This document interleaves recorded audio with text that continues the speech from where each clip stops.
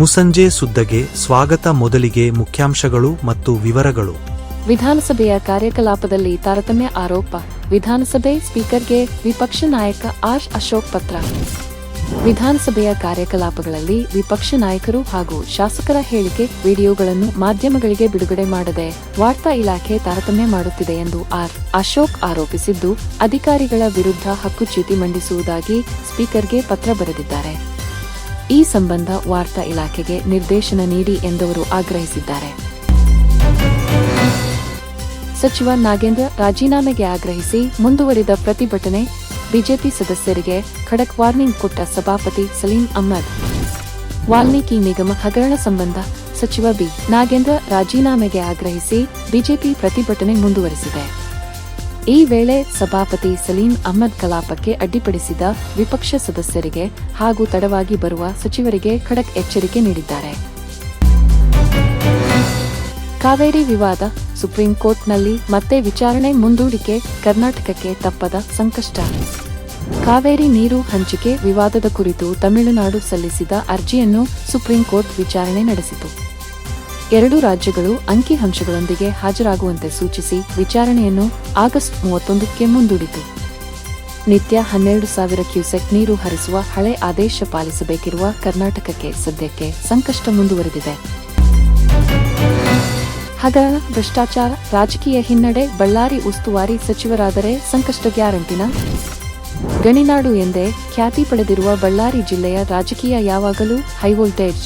ಅಧಿಕಾರ, ಭ್ರಷ್ಟಾಚಾರ, ಗಣಿಗಾರಿಕೆ ಹಾಗೂ ಹಗರಣಗಳ ಕಾರಣಕ್ಕೆ ಸದಾ ರಾಜ್ಯ ಮಟ್ಟದಲ್ಲಿ ಮುಂಚೂಣಿಯಲ್ಲಿರುವ ಬಳ್ಳಾರಿ ಜಿಲ್ಲೆಯ ಉಸ್ತುವಾರಿ ಸಚಿವರ ಹುದ್ದೆ ಇದೀಗ ಮತ್ತೊಮ್ಮೆ ಚರ್ಚೆಗೆ ಗ್ರಾಸವಾಗಿದೆ. ದಲಿತರ 187 ಕೋಟಿ ಹಣವನ್ನು ನುಂಗಿದ ನಾಗೇಂದ್ರ ರಾಜೀನಾಮೆ ನೀಡಲೇಬೇಕು. ಈ ವಿಧಾನಸೌಧ ಮುತ್ತಿಗೆ ಬಿಜೆಪಿ ನಾಯಕರು ವಶ. ಹರ್ಷಿ ವಾಲ್ಮೀಕಿ ಪರಿಶಿಷ್ಟ ಪಂಗಡಗಳ ಅಭಿವೃದ್ಧಿ ನಿಗಮದ ಬಹುಕೋಟಿ ಹಗರಣಕ್ಕೆ ಸಂಬಂಧಿಸಿದಂತೆ ಸಚಿವ ಬಿ. ನಾಗೇಂದ್ರ ಅವರ ರಾಜೀನಾಮೆಗೆ ಆಗ್ರಹಿಸಿ ಬಿಜೆಪಿ ಇಂದು ರಾಜಧಾನಿಯಲ್ಲಿ ಬೃಹತ್ ಪ್ರತಿಭಟನೆ ನಡೆಸಿದೆ. ಫ್ರೀಡಂ ಪಾರ್ಕ್ನಿಂದ ವಿಧಾನಸೌಧಕ್ಕೆ ಮುತ್ತಿಗೆ ಹಾಕಲು ಯತ್ನಿಸಿದ ಬಿಜೆಪಿ ನಾಯಕರು ಹಾಗೂ ನೂರಾರು ಕಾರ್ಯಕರ್ತರನ್ನು ಪೊಲೀಸರು ವಶಕ್ಕೆ ಪಡೆದರು. ಈದ್ ಮಿಲಾದ್ಗೆ 40 ಅಡಿ ಎತ್ತರದ ಟಿಪ್ಪು ಕಟೌಟ್, ಪಾಕ್ ಸೇನೆ ಹಾಡು ಬಳಸಿ ರೀಲ್ಸ್, ಎಫ್ಐಆರ್ ದಾಖಲು.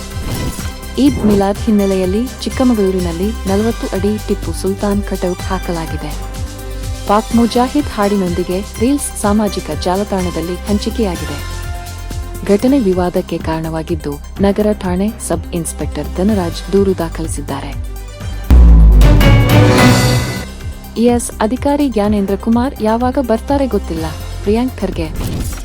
ಐಎಎಸ್ ಅಧಿಕಾರಿ ಜ್ಞಾನೇಂದ್ರ ಕುಮಾರ್ ನಾಪತ್ತೆ ಎಂಬ ವರದಿಗಳ ಕುರಿತು ಗೃಹ ಸಚಿವ ಪ್ರಿಯಾಂಕ್ ಖರ್ಗೆ ಸ್ಪಷ್ಟನೆ ನೀಡಿದ್ದಾರೆ. ತಂದೆಯ ಅನಾರೋಗ್ಯದ ಕಾರಣ ತುರ್ತಾಗಿ ಮನೆಗೆ ತೆರಳಲು ಲಿಖಿತ ಅರ್ಜಿ ನೀಡಿದ್ದು 2 ದಿನಗಳಲ್ಲಿ ಮರಳುವುದಾಗಿ ತಿಳಿಸಿದ್ದಾರೆ ಎಂದರು. 1N1 ನಿಯಂತ್ರಣಕ್ಕೆ ಕಟ್ಟುನಿಟ್ಟಿನ ಕ್ರಮ, ಆರೋಗ್ಯ ಇಲಾಖೆ ಹೈ ಅಲರ್ಟ್. ಆಸ್ಪತ್ರೆಗಳು ಸಂಪೂರ್ಣ ಸನ್ನದ್ಧ. ರಾಜ್ಯದಲ್ಲಿ 1N1 ಸೋಂಕು ದಿನೇ ದಿನೇ ಆತಂಕಕಾರಿ ಮಟ್ಟದಲ್ಲಿ ಏರಿಕೆಯಾಗುತ್ತಿದೆ. ಈ ವರ್ಷದ ಕೇವಲ 8 ತಿಂಗಳಲ್ಲಿ ರಾಜ್ಯಾದ್ಯಂತ ಬರೋಬ್ಬರಿ 212 ಪ್ರಕರಣಗಳು ವರದಿಯಾಗಿವೆ. ರಾಜಧಾನಿ ಬೆಂಗಳೂರು ಸೇರಿದಂತೆ ರಾಜ್ಯದ 15 ಜಿಲ್ಲೆಗಳಲ್ಲಿ ಪ್ರಕರಣಗಳ ಸಂಖ್ಯೆ ಹೆಚ್ಚುತ್ತಿದ್ದು, ಆರೋಗ್ಯ ಇಲಾಖೆ ಹೈ ಅಲರ್ಟ್ ಘೋಷಿಸಿದೆ.